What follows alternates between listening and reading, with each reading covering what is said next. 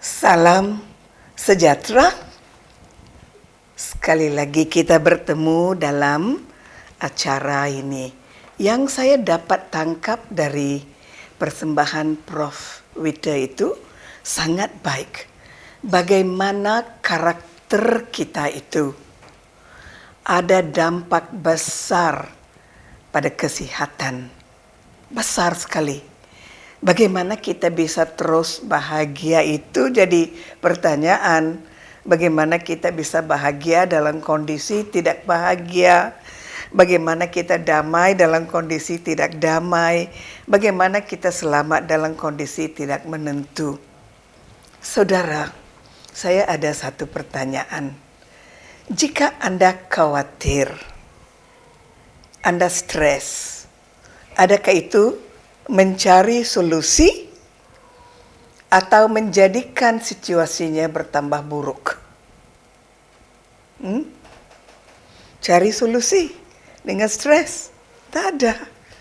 Atau kita khawatir, sensitif, marah, itu bisa menjadi satu solusi? Mustahil, impossible.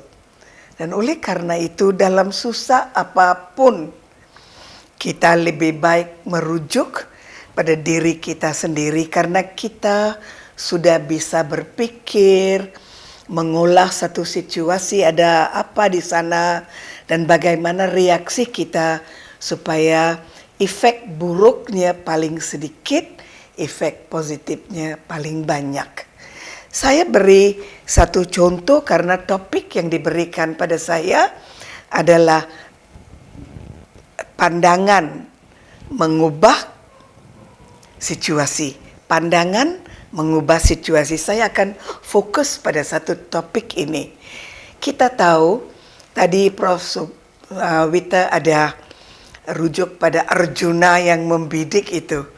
Baik Arjuna dan Krishna semua tahu ceritanya, bukan? Pertama, sebelum adanya dialog antara Krishna dengan Arjuna, mereka berdua adalah teman. Apa pandangan Arjuna terhadap Krishna? Teman. Maka dia memberitahu isi hatinya. Saya takut, saya tidak mau berjuang.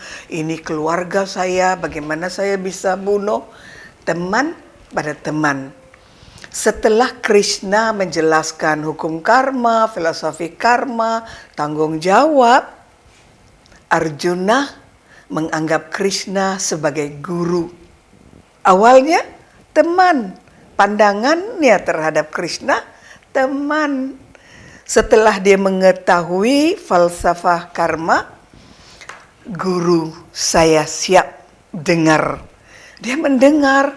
Setelah mendengar, dia melihat bentuk Krishna yang wiswarupa besar begitu. Apa itu? Ya, Maha.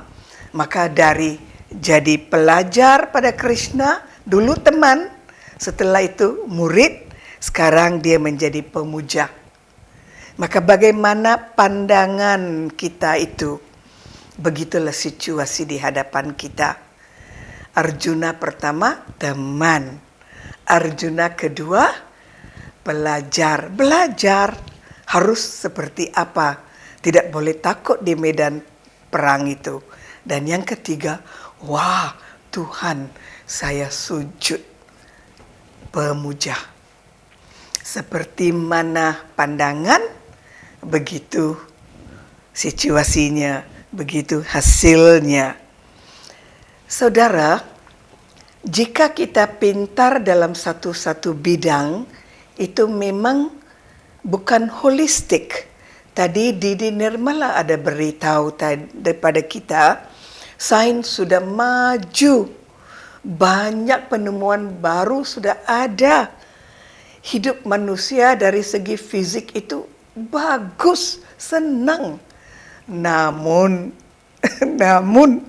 manusia tidak bisa komunikasi dengan satu sama lain. Anggota keluarga, tetangga, teman, tak bisa mereka komunikasi melalui HP-nya. Jika langsung begitu, selamat pagi ibu, saya berangkat dulu ya ibu, tak bisa. Dengan SMS, ibu saya berangkat ke sekolah, selesai.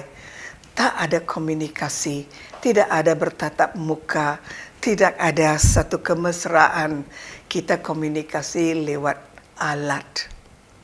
Saudara, kita manusia, punya hati, punya perasaan, punya kasih, punya pengertian, punya kepemilikan banyak, ya. Bahagia, damai itu ada dalam diri kita. Jika kita tidak memunculkannya, itu pasti akan memberi dampak kepada diri kita. Secara umum saya bukanlah seorang ahli medis, tapi yang saya tahu, orang yang selalu bahagia, damai, pribadinya tenang, pandangannya tenang, dia selalu mengeluarkan hormon endorfin, serotonin. Ini dua membuat badan kita kebal, membuat badan kita senang, sel-sel badan kita rileks, pernafasan kita lembut, jantung tidak perlu berdegup keras, tidak perlu pompa keras, tapi lembut, dan kulit kita menjadi segar. Serotonin dan endorfin. Itu hormon baik. Dari mana ini bisa muncul dalam badan kita? Ketika kita damai, bahagia, syukur, berterima kasih, berteman dengan orang lain. Tidak ada amarah, tidak ada stres, tidak ada kesensitifan, tidak mau bergaul, malu dan lain sebagainya. Badan kita dapat menyembuhkan dirinya sendiri. Pribadi, pandangan, mengubah situasi. Itu, saudara, Isaac Newton, saintis. Satu hari beliau duduk di bawah pohon apel, dan tiba-tiba ada sebuah apel yang jatuh ke atas kepala. Maka beliau berpikir, kenapa apel itu jatuh ke bawah? Ada apa yang membuatnya jatuh ke bawah? Apa yang membuat apel itu turun begini, tidak naik ke atas atau jatuh ke kiri kanan? Ada apa? Dan dari perenungan, dari silence, dari cari satu rumusan dalam dirinya, beliau mengatakan ada gravitasi bumi. Beliau tidak langsung, apel ini jatuh, ini gravitasi bumi. No, beliau berada dalam silence. Dan ketika beliau ada dalam silence, teman-temannya bertanyanya, kenapa diam? Apel ini kan turun begini. Saya ingin tahu kenapa turun, tidak jatuh ke sana. Maka mereka semua tertawakannya. Apa dia pikir? Tapi akhirnya ada teori gravitasi bumi. Maka saintis perlu ada keheningan, perlu ada perenungan, perlu diam untuk mencari solusi di dalam. Dan oleh karena itu saintis mengunci dirinya dalam laboratorium berjam-jam, berhari-hari, bisa juga berbulan-bulan. Kenapa?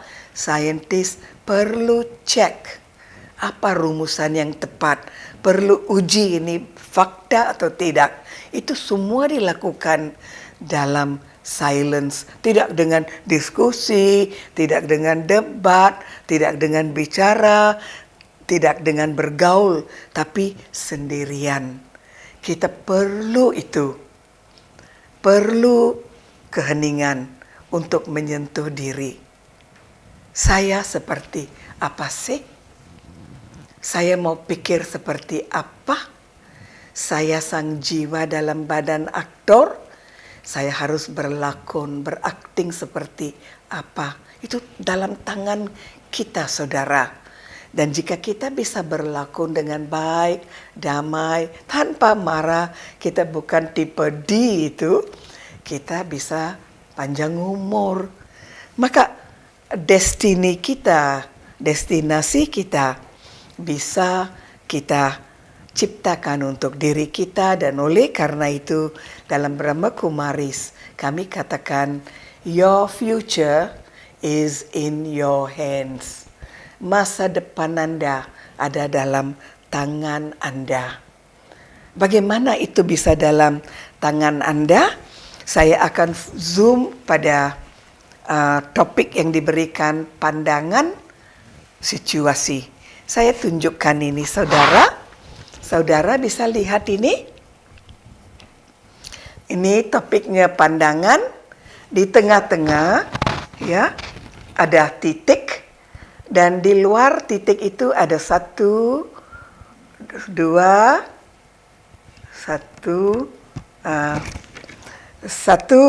tiga, empat lingkaran. Anda dapat lihat, dan kata-kata dalam lingkaran, dan paling tengah itu soul, jiwa, aktor yang berpikir.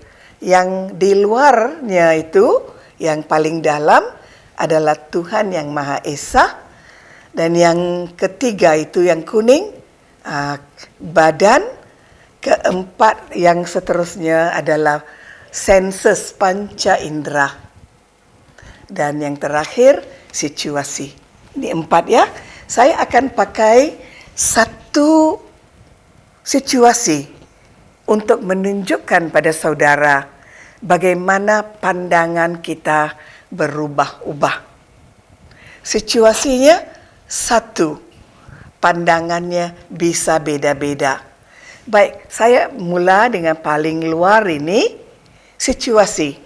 Saya lihat ada seorang membunuh orang lain. Saya lihat situasi itu, dan saya katakan, ini pembunuh.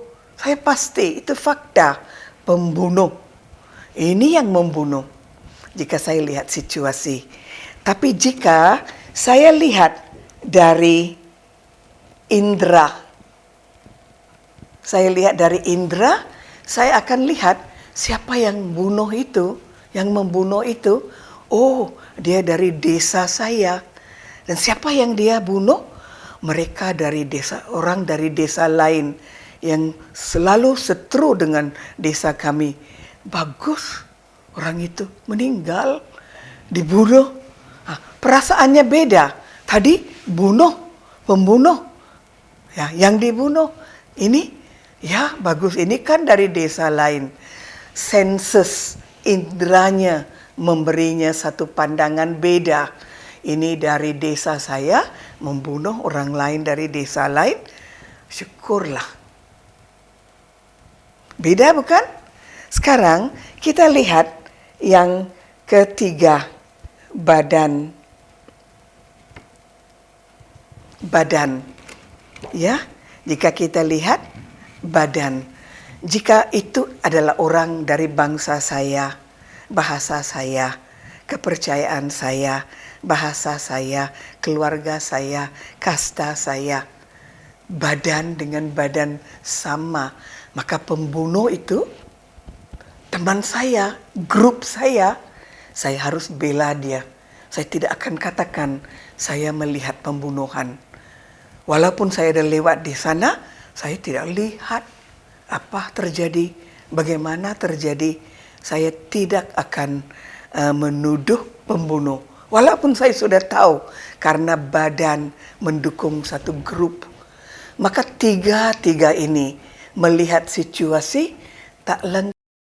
Waktu saya belajar di Fakultas Hukum, ada istilah pembunuhan dengan mengetahuinya, pembunuhan tak sengaja, manslaughter. Maka itu apa? Kita kembali pada yang satu lagi. Jika saya sadar Tuhan, maka apa yang saya katakan?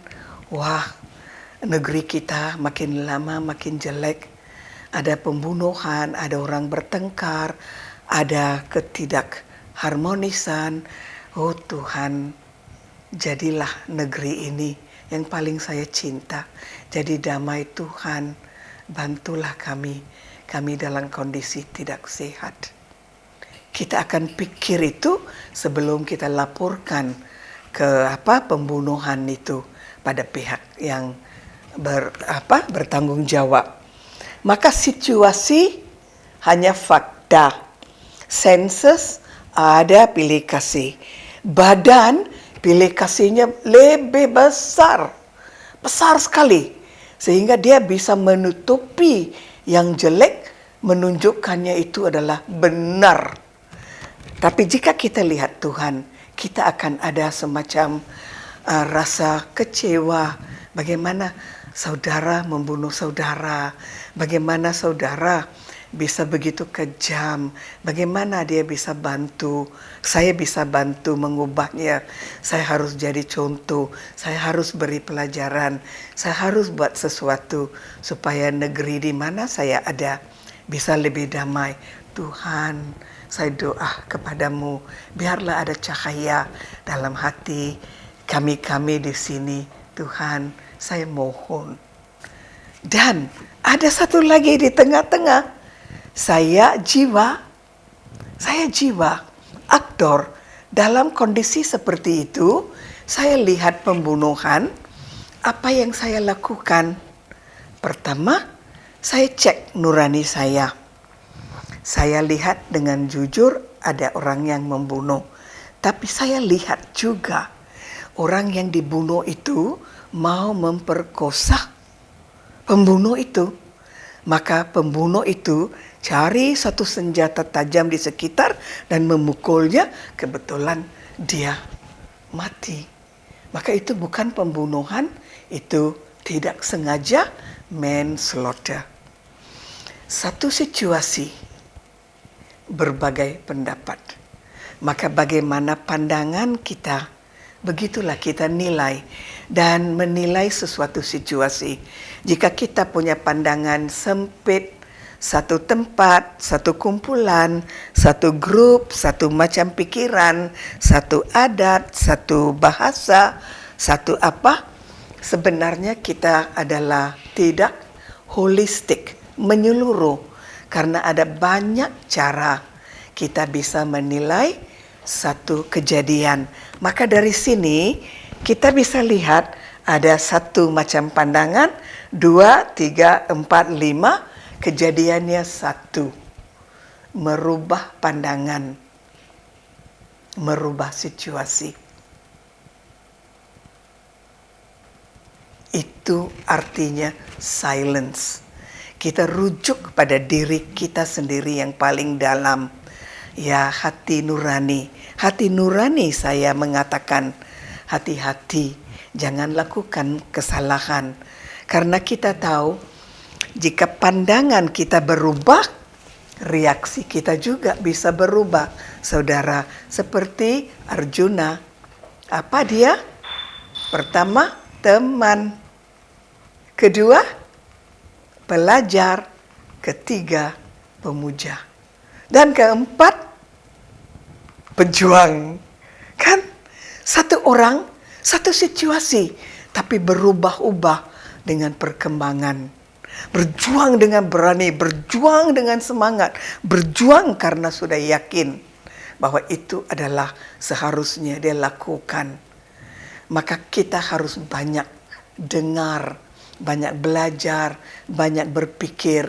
Janganlah berpikir bahwa ide yang ada pada kita pertama kali, ya, atau opini yang ada pada kita pertama kali itu adalah terbaik atau the best. No, kita bisa lihat ada apa di sini.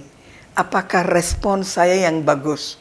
Jika dari pandangan itu, bagaimana dia akan reaksi pada respon saya? Banyak kemungkinan, dan oleh karena itu, untuk bisa membuat satu keputusan yang bijak. Saya tidak katakan intelektual, saya katakan bijak. Intelektual ada banyak ilmu tentang sesuatu subjek, tapi bijak bisa pilih yang terbaik antara pilihan yang ada. Seleksi the best of the best.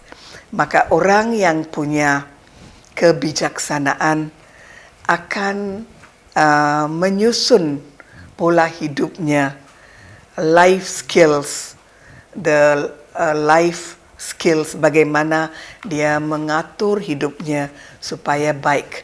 Jika kita katakan baik, ada banyak saudara. Satu adalah karakter, itu paling utama, karakter. Dan jika kita katakan karakter, apa saja yang ada dalam karakter? Pertama, pikiran. Kedua, kesadaran. Ketiga, sikap. Keempat, tabiat. Kelima, pribadi. Dan seterusnya hingga takdir. Maka pikiran kita, setiap pikiran kita itu umpama benih. Jika kita bisa tanam benih benih yang bagus, pasti pohon yang tumbuh nanti the best. Jika benihnya takut, emosi, stres, apa yang kita tuai, maka seperti mana Anda lakukan sesuatu, begitulah hasilnya. Apa yang ditanam itu yang dituai. Saudara, silence itu bukan agama. Bukan agama. Silence itu adalah hubungan dengan jiwa pribadi.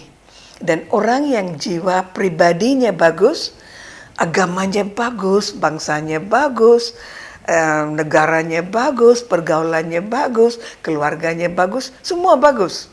Tapi jika pikirannya tidak bagus, semuanya jadi tidak bagus. Emosinya tak bagus, sikapnya tak bagus, tabiatnya tak bagus, karakternya tak bagus. Bagaimana negaranya bisa jadi makmur, sejahtera? Not possible. Maka meditasi sangat penting, karena meditasi membentuk kita menjadi manusia yang whole, holistik. Perlu ada mental, fisik, mental, sosial, spiritual, semuanya perlu ada. Maka jika kita menjadi tipe orang saniasi, mengurungkan diri dalam gua, apa itu yang kita cari? No. Maka kita cari gua di dalam. Ini adalah gua internal, mawas diri, introspeksi, introversi, ya perubahan mental, merubah pandangan. Karena mata ini, saudara, bukan sesuatu yang dapat berpikir. Mata ini pandang. Sorotan mata itu melihat seperti mana ada backing dari pikiran. Jika pikirannya marah, pandangannya seperti menikam. Jika pikirannya damai, matanya sejuk. Jika pikirannya takut, matanya buka besar seperti ada hantu di hadapannya. Maka mata itu hanya beri respon, reaksi pada pikiran. Maka jangan salahkan mata, semuanya adalah pikiran. Maka pikiranlah yang harus kita atur, dan untuk itu ada apa yang kami panggil meditasi. Apa yang kita panggil sebagai merawat diri kita secara internal dengan positif, bahagia. Oke? Terima kasih. Saya mungkin dapat sedikit sinyal dari Brother Putuyasa ya.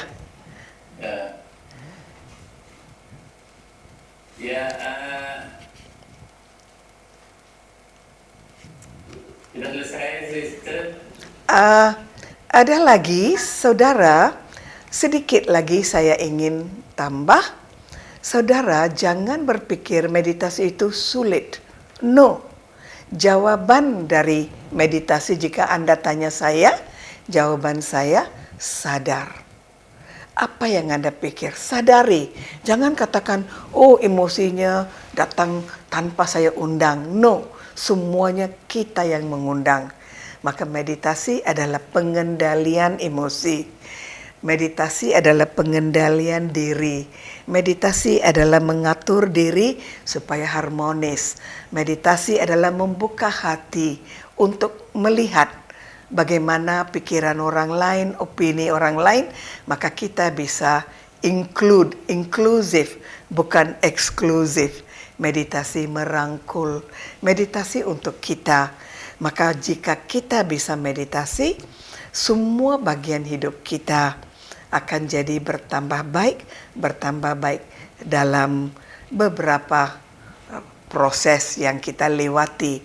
Saudara, jangan berpikir meditasi itu mengulang-ulang mantra. No, sadar itu selalu selain dari lihat keluar, lihat ke dalam. What is my feeling? Benar atau enggak? Bisa saya ganti jika tidak benar, atau jika benar, ya very good, saya lakukan. Maka melihat ke dalam sebelum acting di luar. Maka meditasi sangat perlu untuk segenap lapisan masyarakat. Sangat perlu untuk cari keheningan. Sangat perlu untuk memperbaiki relasi. Sangat perlu untuk kemajuan nusa dan bangsa. Terima kasih.